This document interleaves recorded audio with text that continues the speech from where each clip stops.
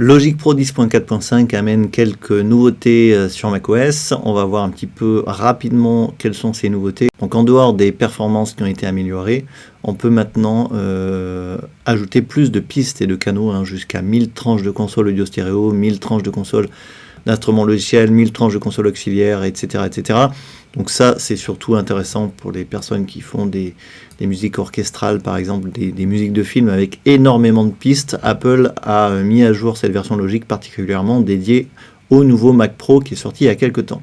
En termes de fonctionnalité, c'est là où c'est très intéressant. On a un nouveau filtrage du navigateur de boucle, on va voir ça, un nouveau DSR et l'envoi de l'horloge MIDI à des ports particuliers, chacun disposant de réglages uniques comme le décalage de synchro et la compensation de retard de module. Donc on va commencer par les deux premières nouveautés.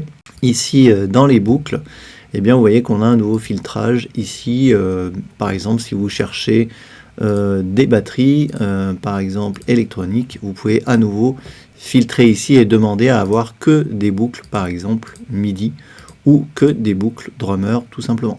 Donc en fonction du filtrage que vous avez aussi coché en haut, vous allez avoir plus ou moins de résultats. Donc ça c'est très pratique. Autre nouveauté très intéressante, dans les réglages du projet en général, maintenant vous pouvez cocher cette option, ne charger que les modules nécessaires pour la lecture du projet. Donc qu'est-ce que ça veut dire? Ça veut dire que quand vous allez charger un template, donc je vais vous montrer, moi j'ai un template en fait qui comporte plusieurs instruments virtuels qui sont prêts à l'emploi en fait pour composer. Si je charge ce template, avant il fallait attendre que Logic analyse toutes les pistes avec Contact, avec Complete Control, toutes les pistes où il y a des plugins, elles étaient analysées avant le chargement du projet. Donc si vous avez des projets un petit peu lourds comme ça, des templates un petit peu lourds avec plein de plugins déjà prêts, les sessions sont un petit peu longues à ouvrir. Alors que maintenant, comme vous venez de le voir, une session un petit peu lourde avec plein de plugins, eh bien Logic va l'ouvrir beaucoup plus rapidement puisque tout simplement il ne va pas charger les plugins. Vous voyez, ils sont un petit peu grisés. Donc c'est intéressant parce que si vous avez des templates avec par exemple 100 pistes, 200 pistes, etc.